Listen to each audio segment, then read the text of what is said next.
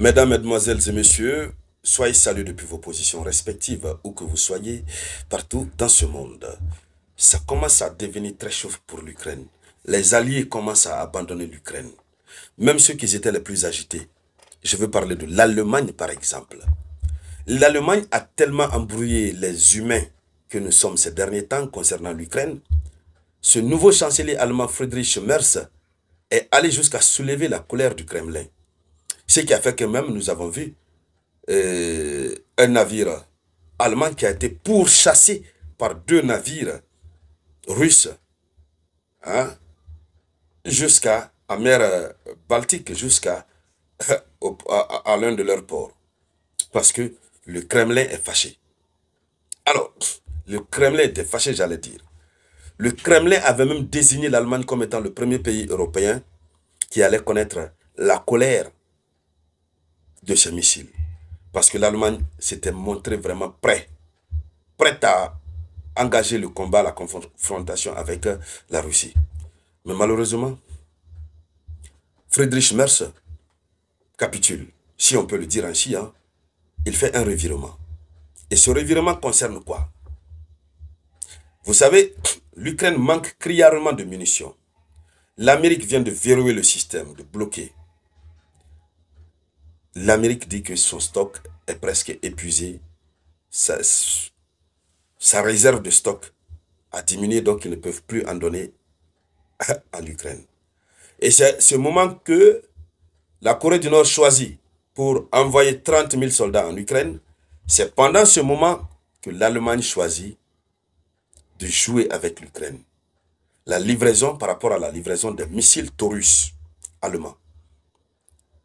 L'Allemagne dit qu'elle peut livrer, mais elle ne participera pas au combat. Elle livre, elle va livrer, hein. Et même pour la livraison, il y a des problèmes. L'Allemagne dit que non, il fallait que ceux qui devraient l'utiliser, ceux qui doivent l'utiliser soient formés. Et la formation, vous savez, ça prend combien de temps? Pendant ce temps, à l'instant où nous sommes en train de parler, les commandants des unités sur le front ukrainien, des commandants d'unités ukrainiennes, ne cessent d'appeler pour demander l'envoi de ces missiles et de ces systèmes. Parce que sur le front, c'est chaud. Je veux dire simplement que, à l'instant où je suis en train de vous parler, ils ont besoin, au plus vite que possible. Alors, allons-y dans les profondeurs, dames et messieurs, pour voir dans quelle mesure l'Allemagne est en train de faire un revirement qui ressemble beaucoup plus à une trahison.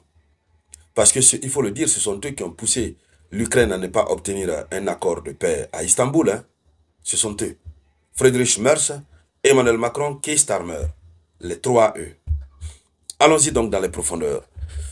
Avant de poursuivre, je vous demande de partager la vidéoconférence au maximum. Mettez beaucoup de j'aime, mettez beaucoup de likes, voilà.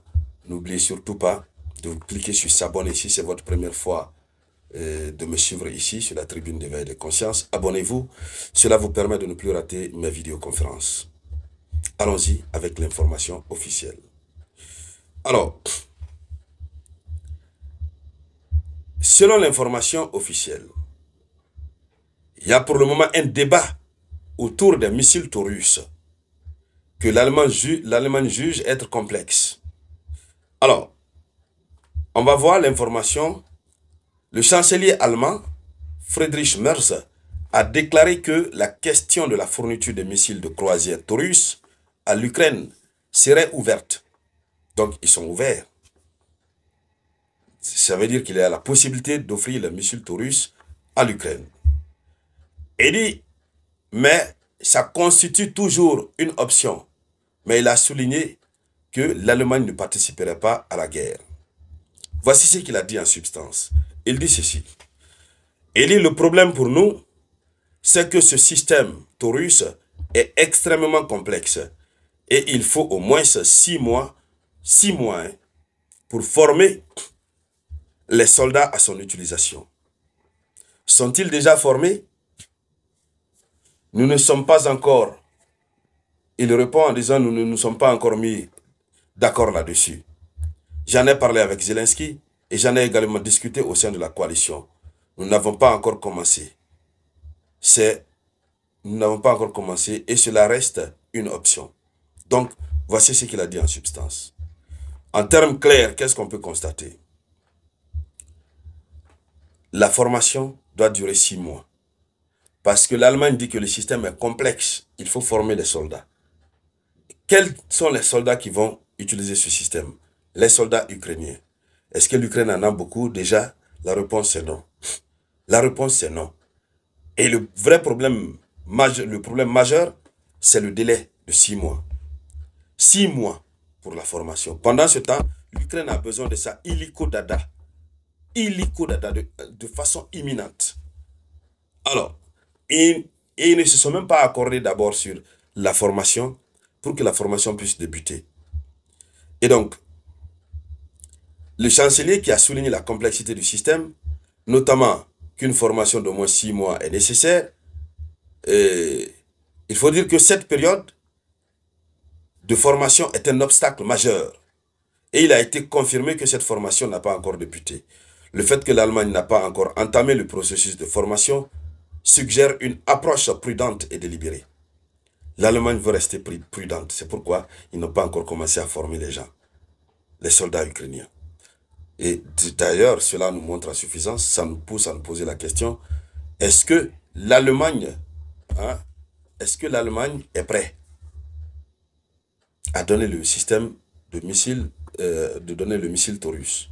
Est-ce que l'Allemagne veut, d'ailleurs? Parce que au moment où nous sommes arrivés, l'Allemagne veut faire en sorte que la Russie ne sache pas qu'il participe à la guerre. Donc, alors, l'Allemagne cherche à trouver un équilibre délicat entre soutien à l'Ukraine et sa non-participation directe à la guerre. Or, donner les armes, former et même assister sur le terrain pour le lancement de ces missiles, c'est déjà participer. Donc, la Russie considérera l'Allemagne comme étant partie au conflit. Et c'est ce que l'Allemagne veut éviter parce que la Russie a envoyé plusieurs avertissements à ce sujet et la Russie est prête à passer à l'action. Et donc c'est pourquoi, dans le cadre de cet équilibre, j'allais dire que l'Allemagne est en train de chercher, il a dit que la fourniture de missiles Taurus représente un engagement significatif, non seulement en termes de capacité militaire, mais aussi sur le plan politique. Donc s'ils donnent, ça veut dire qu'ils se sont engagés militairement, ça veut dire qu'ils se sont engagés sur le plan politique. Alors, donc cette approche prudente, donc la nécessité de former les troupes ukrainiennes directement par l'Allemagne soulève des questions sur le degré d'implication et de la perception internationale. Si l'Allemagne forme les soldats ukrainiens, est-ce que cela ne va pas faire accroître la perception selon laquelle l'Allemagne participe directement au conflit, malgré que l'Allemagne estime que ce n'est pas ça sa volonté? Donc la question devient très complexe. Mais ce qui retient notre attention ici, c'est ce changement de paradigme de la part de l'Allemagne, qui était pourtant très excité, très remonté et très exigeant par rapport à cette affaire russo-ukrainienne. Et donc, mesdames, mesdemoiselles et messieurs, c'était ça la une de l'actualité internationale. Merci de la partager au maximum.